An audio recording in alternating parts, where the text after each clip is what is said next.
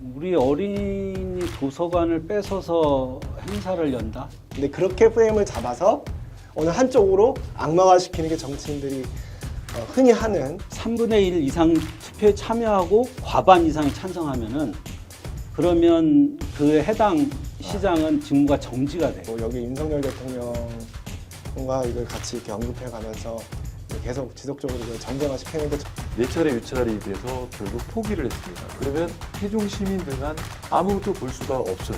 아쉽지만 오히려 이제 그걸 기회로 만들 수도 있다고 생각해요. 시간이 없었던 것도 아닌데 지금 시장님께서 그 기회를 지금 날려버리게 된 거예요. 재정시청을 했다는 것은 이 혐의 사실에 대해서 성관이 나름대로 확신이 있다는 거거든요. 성관이가 왜 이렇게 이례적인 조치를 취하는가?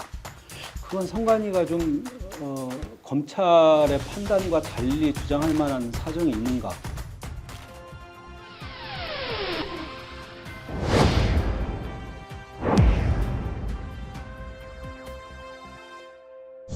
우리 세종시가 뭐 예를 들면 큰 데가 어딜까요? 과학기술부 뭐 이런 데서 통상 그런 데서는 뭐 1, 200억 정도 사업은 매달 하거든요. 그런 사업에 우리 시도 돈을 내서 할 테니까 우리 세종시에서 같이 한번 해보자. 이제 마이스 산업하고는 약간 성격이 다른데 저는 이제 이게 스탠다드 비즈니스라고 부르는데 행정 수도만 할 수 있는 그런 일상적인 박람회 그런 도시로 우리를 좀 성장을 시켜봤으면 좋겠다. 저는 좀 그런 말씀 좀 드립니다. 저는 정말 너무 좋은 생각이시고 거의 시장 후보 공약 보는 것 같았어요. 네, 그래서 저는 너무 그리고 공감이 갔고 제가 대통령직 인수위 지역균형특위위원회를 했잖아요. 그때 17개 시도에서 자기네 사업을 다 갖고 와요. 근데 그때 그 인수위에서 이제 굉장히 중요한 굵직굵직한 결정들을 내리는데 그때 보는 게 뭐냐면 왜 뭐 세종시여야 하느냐, 왜 전북이어야 하느냐에 대한 답이 필요하거든요. 근데 지금 세종시여야 하는 이유, 왜 이 사업은 세종시만 할 수 있으니까를 딱 말씀해 주셨고 이런 사업은 됩니다. 그래서 저는 이 사업은 저희 뭐 우리 국민의힘에서도 같이 좀 개발시켜 나갈 필요가 있는 것 같고 이게 좋은 말씀을 제가 드렸으니까 안 좋은 말씀도 하나 드려야 되죠. 아까 일회성이라고 말씀하셨는데 그건 너무 좀 곡해하시는 것 같아요. 이게 국제정원도시박람회는 이번에 열면 한 번 열고 마겠다는 게 아니에요. 앞으로 세종시를 정원도시로 계속 발전해 나가는 하나의 어떤 계기로 국제정원도시박람회를 만들자는 거지 이번에 축제 한번 하고 말자 이런 뜻 전혀 아니고요. 기재부가 77억을 이번에 그 정원도시 박람회 예산으로 반영을 했습니다. 이게 간단한 이게 그 지역의 어떤 그 박람회를 하는데 기재부가 77억이라는 거액을 한 번에 예산 배정해 주는 사안은 거의 없어요. 저는 사실은 굉장히 섭섭한 게 이제 이전에 이춘희 시장님 정부 때 우리 세종시에 이제 어린이 도서관이 없어서 제가 그거를 이제 제가 이제 공약을 담당했기 때문에 어린이 도서관을 이제 공약으로 시장님이 내셨고 그 실제로 모든 절차가 다 끝나서 15억 9천만 원인가요? 이미 국비가 와 있어요. 우리 세종시 통장에 이미 들어와 있어요. 근데 그거를 지금 반납을 하게 된 거예요. 근데 우리가 400억짜리 행사 물론 뭐 번듯할 수는 있고 누군가 그때 시장을 맡고 계신 분은 아주 흐뭇하시겠죠. 근데 시민을 생각하면 우리 어린이 도서관을 뺏어서 행사를 연다? 저는 시민들이 과연 이런 얘기를 알고 계시면 좀 외람된 말씀이지만 주민 소환 제도라는 게 있습니다. 그 유권자, 그 지역 유권자의 10분의 1이 서명을 하면은 발의가 되는 거고요.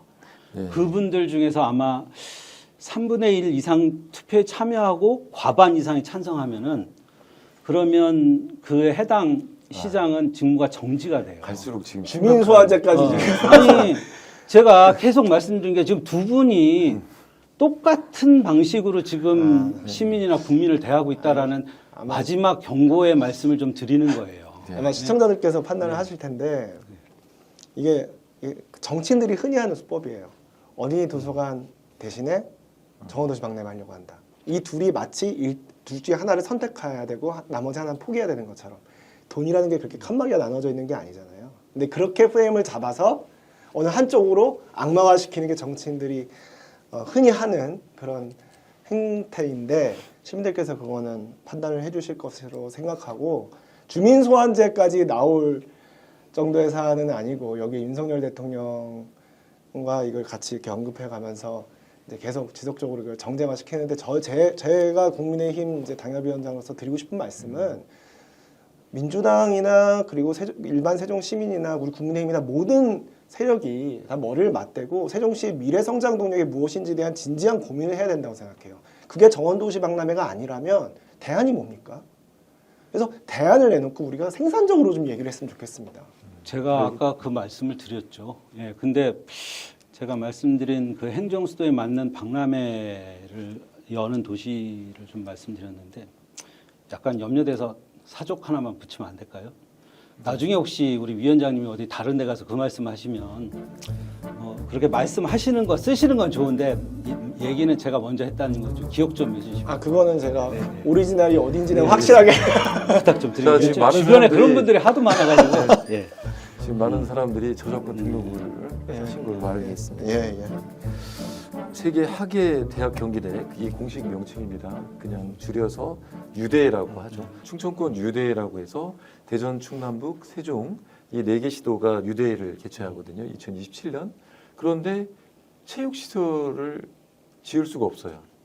4차례 유찰이 돼서 결국 포기를 했습니다. 그러면 충청권에서 유대회를 개최하는데 세종 시민들만 아무것도 볼 수가 없어요. 자, 탁구 경기 뭐 어떻게 될지 모르죠. 뭐 정부청사에 있는 탁구 경기를 한다는데 이건 좀 짚어봐야 될 것 같아요. 예, 이건 예. 원인부터 짚어봐야 될 것 같습니다.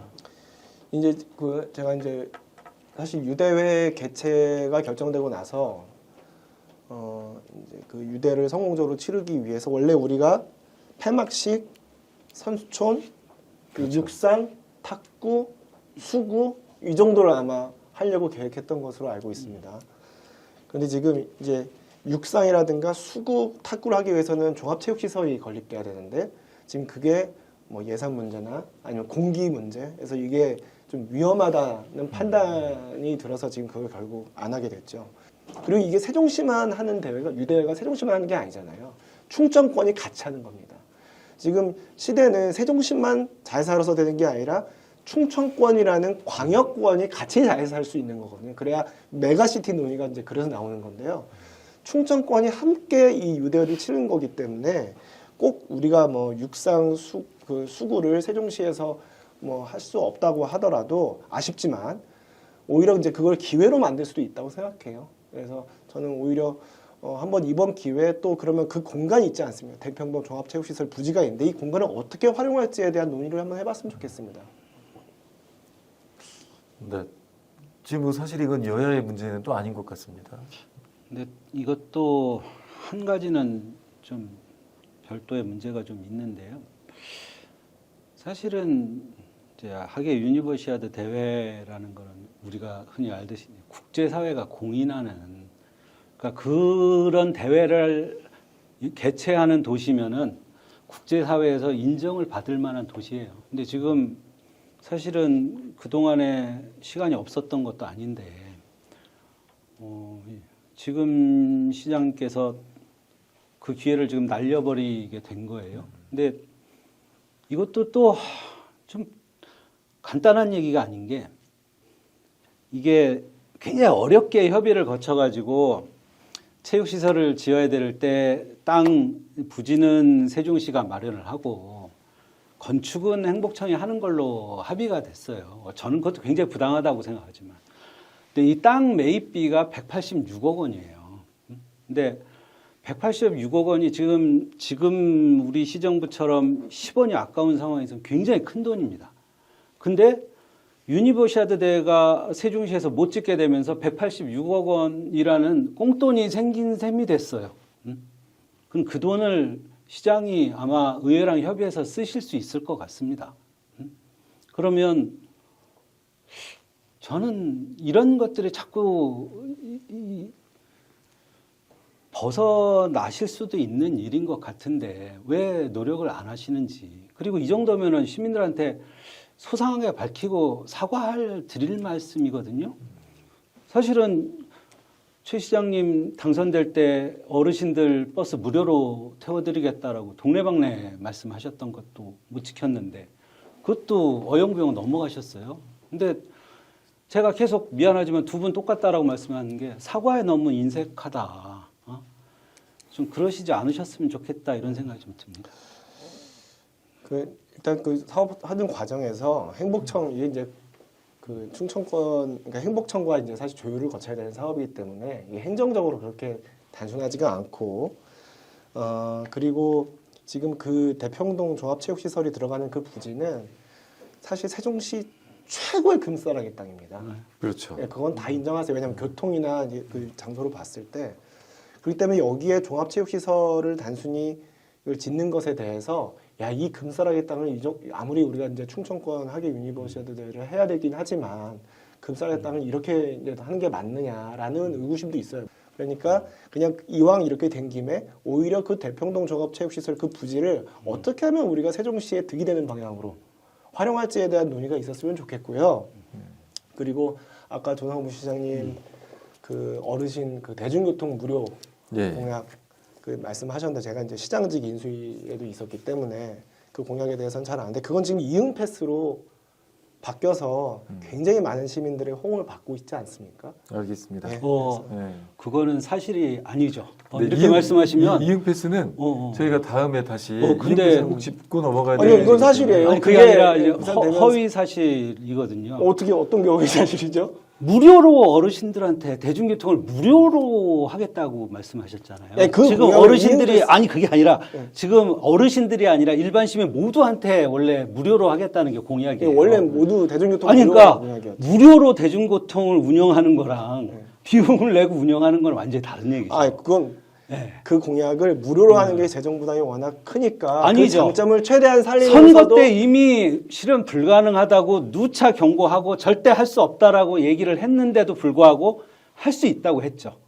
그리고 나서 되고 나서 바뀐 거죠. 오히려 그것의 현실성, 현재 시 재정 상황이라든가 또 여러 가지 돌발적으로 시에서 발생하는 여러 가지 사정들이 있지 않습니까? 지금 아니 근데 그건 위원장님 책임이 아니라서 아니, 굳이 제가 저는 속내를 감추실 필요가 저는 없고 사실은 네네. 이렇게 생각해요. 속내를 감추시는 게 아니고 저는 대중교통 무료 공약이 이응 패스로 바뀐 것에 대해서 저는 굉장히 잘 됐다고 시장님이 오히려 정책적 유연성을 보였다고 생각해요. 시민들이 좋아하고 계시고요.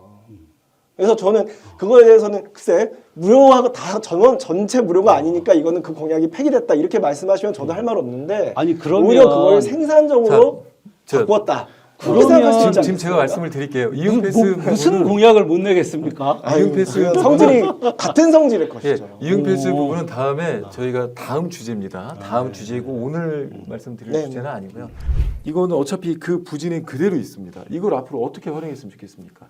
지금 똑같은 종합시설은 할 수 없게 됐거든요. 민간 자본을 끌어들여서 복합 쇼핑몰도 짓고 거기에 또 그 마이스 산업을 할 수 있는 그런 업무 시설, 컨벤션 센터 이런 거를 거기다가 지으면 그리고 이제 거기에 뭐 충청권 광역철도망이라든가 이제 CTX라든가 생기지 않습니까?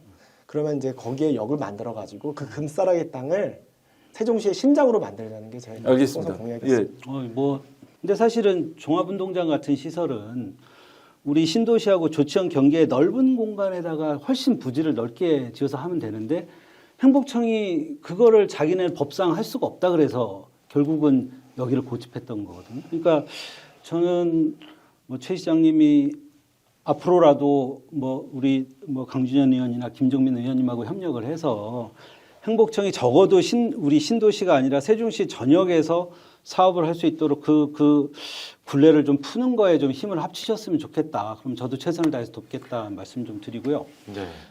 사실은 LH도 아마 위원장님 한번 상의해 보시면 이제 제2 컨벤션 센터에 대한 고민이 있었어요. 네. 그래서 우리 대평동 부지는 세종시에서 거의 유일하게 버스와 철도가 만나고 또 이 강 이남이기 때문에 교통 부하가 약간 적거든요. 그러니까 저랑 거의 비슷한 구상을 갖고 계시고 아마 시민들 대부분이 그러시지 그렇게 않을까. 생각하세요.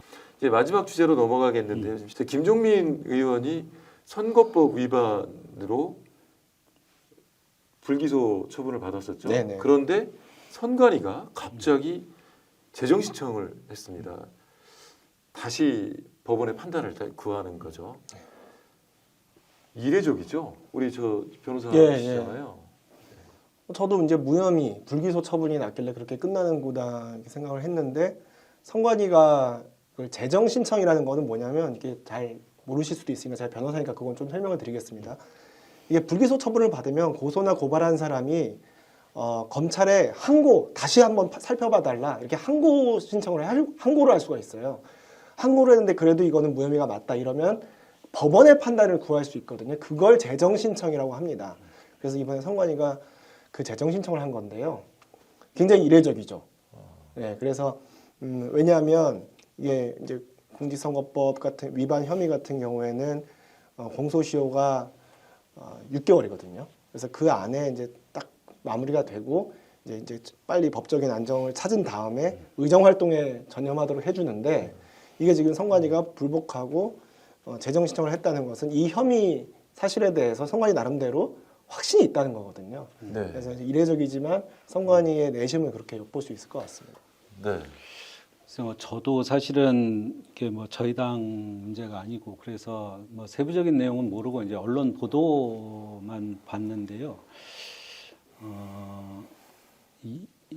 저는 이 얘기 하나만 좀 말씀드릴게요. 지금 세종시 선관위하고 김정민 의원실에서 같은 사안에 대해서 전혀 다른 얘기를 하고 있어요. 그렇죠. 그러니까 한쪽에서는 선관위하고 협의를 했다. 선관위는 일반적인 얘기를 했다. 지금 그런 거거든요. 그러니까 제가 뭐 이 상황에 대해서 뭐라고 말씀드리기는 어렵지만 선관위가 왜 이렇게 이례적인 조치를 취하는가? 그건 선관위가 좀 검찰의 판단과 달리 주장할 만한 사정이 있는가? 한번 법원의 판단을 잘 받았으면 좋겠다 이런 생각이 좀 듭니다. 알겠습니다. 여기에서는 뭐 다른 해석들이 예, 지켜봐야 될 거고, 예. 일단 3개월이면 또 금방 예, 끝나니까요. 3개월 안에 법원에서 판단을 하도록 돼 있습니다. 재정 신청은 법원 판단의 기한이 정해져 있습니다. 예, 그렇습니다. 법에 3개월. 정해져 있습니다. 네, 알겠습니다. 자, 마지막으로 하나만 더 좀 볼게요. 지금 김종민 의원은 사실은 지난 선거 때 최대 수혜자죠. 뭐 민주당의 그런 그 잘못된 후보의 공천으로 인해서 비롯된 수혜자인데 만약에 이것이 기소가 된다면 파장이 크지 않겠습니까? 어떻게 전망하시나요? 당시 선거 당시에 김종민 의원이 이제 선거 사무소를 쓰려고 사무실 계약을 했는데 그 이전에 민주당의 모 예비 후보가 쓰던 사무실을 인수했어요. 인수했는데 그 과정에서 그 모 후보에게 김종민 의원 주장은 권리금조로 4천만 원을 줬다 이겁니다. 4천만 원을 권리금으로 볼 것이냐 아니면 기부행위나 뭐 이 그 매수 이해 유도나 매수 행위로 볼 것이냐 이제 그 판단인데 벌금 100만 원 이상이면은 당선이 이전식 상실. 무효가 되는 거거든요. 그렇기 때문에 그런 결론이 날 수도 있고 아니면 무죄가 날 수도 있고. 근데 민주당으로서도 사실 이게 굉장히 중요한 사안 아니겠습니까? 과정이 있었기 때문이죠. 글쎄요, 뭐 제가 공개적인 자리에서 말씀드릴 기회가 없었기 때문에 우리 방송 시청하시는 세종 시민들 또 우리 민주당원 동지들한테 참 송구하다는 말씀을 다시 한번 좀 드려요.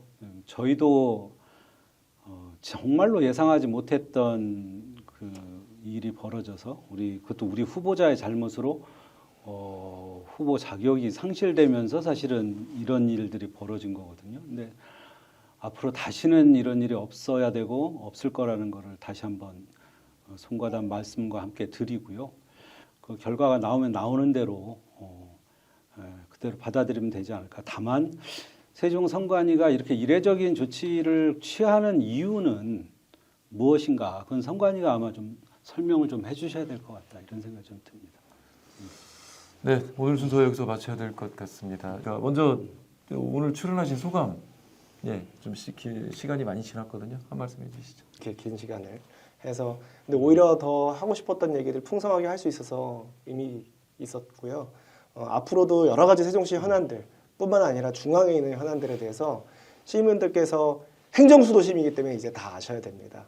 저랑 조상호 부시장이 시민들께 최대한 이해하기 쉽도록 유익한 정보 이렇게 말씀드리도록 하겠습니다. 오늘 너무 인상 깊고 뜻깊은 시간이었습니다. 감사합니다. 지금 명태균 씨라는 이 듣도 보도 못한 분 때문에 지금 나라가 어디로 흘러갈지 모르는 상황인데, 이재명 대표께서 굉장히 절제하는 발언을 하셨어요. 사실 아마 보통 사람은 견딜 수도 없을 정도의 그런 정치적 박해를 받고 있는데, 그것을 견뎌내면서 여기까지 왔고, 또 아마 앞으로 굉장히 큰 경랑이 벌어질 텐데, 어쨌든 사실상 지금 우리 대통령께서 국정 운영 능력을 상실한 상태에서 제1야당인 우리 민주당이 이 나라를 지키지 않으면 큰일이 날 상황입니다. 그래서 결국은 특검을 통해서 죄가 있으면 있는 대로, 죄가 없으면 없는 대로 문제를 해결하고 대한민국이 다시 합심해서 발전할 수 있도록 저도 우리 유재호 위원장님하고 힘을 합쳐서 노력하겠습니다. 예, 오늘 고맙습니다. 정치적인 발언 저도 좀 하기 너무 마무리가 저희는 아주 공정한 방송이기 저도 때문에 기회를 시간 주세요. 드릴게요. 정치적인 말씀 하나 드려야 될 것 같습니다. 이제 우리 국민의힘 당원분들, 국민의힘 지지자분들, 그리고 우리 보수가 더 잘했으면 좋겠다고 생각하시는 많은 시민 여러분께 지금 중앙정치에서 벌어지고 있는 혼란상에 대해서 죄송하다는 말씀 다시 한번 드리고요. 국민의힘 한동훈 대표와 함께하는 많은 젊은 정치인들이 새로운 생각으로 그리고 좋은 뜻으로 모여서 우리 변화하고 또 쇄신하려고 노력하고 있습니다. 11월 여러 가지 정치적인 경랑이 있을 겁니다. 하지만 너무 걱정하지 마시고 윤석열 정부 반드시 성공하도록 국민의힘이 민심의 길로 윤석열 정부 이끌겠습니다. 감사합니다. 네, 앞으로도 두 분과 함께 세종시 지역 현안 또 중앙 정치에 대한 토론 계속 이어가 보도록 하겠습니다. 뉴스앤톡 지변 토크쇼 오늘 이 시간 마치겠습니다. 감사합니다. 예.